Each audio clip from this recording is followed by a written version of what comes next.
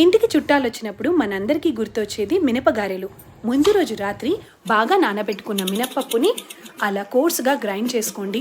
అస్సలు మెత్తగా వాటర్ వాడకుండా గ్రైండ్ చేసుకోవాలి. అది మోడరేట్గా సాలిడ్గా ఉండాలి. దాంట్లో మీ టేస్ట్కి తగ్గట్టు ఒక 2-3 ఉల్లిపాయల్ని, 4-5 పచ్చిమిర్చిని సన్నగా చాప్ చేసుకొని మిక్స్ చేసుకోండి. వాటర్ని మాత్రం అస్సలు యాడ్ చేసుకోకూడదు. అలాగే అల్లంని కూడా చిన్న ముక్కలుగా కట్ చేసుకుని, కరివేపాకు, టేస్ట్కి సరిపడా ఉప్పు అండ్ జీలకర్రని కూడా వేసి బాగా మిక్స్ చేసుకోండి. ఉప్పు తక్కువ వేసుకుంటేనే నయం, సరిపోకపోతే మళ్ళీ వేసుకోండి. ఒక ప్యాన్లో నిండుగా ఆయిల్ పోసుకోండి. ఇప్పుడు పక్కన ఒక బౌల్లో వాటర్ తీసుకోండి. ముందుగా మీ హ్యాండ్ని బాగా తడుపుకొని కొద్దిగా ఈ పిండిని తీసుకుంటూ మధ్యలో హోల్ పెట్టుకుని జాగ్రత్తగా ఆయిల్లో వేసుకుంటూ ఉండండి.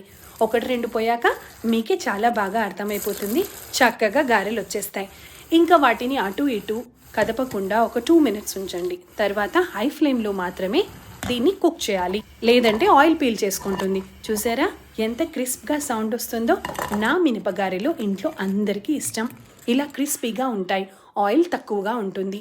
తప్పకుండా ట్రై చేయండి ఫ్రెండ్స్, మీకు కూడా నచ్చుతుంది. Hope you love this video. Do not forget to like, share and subscribe my channel.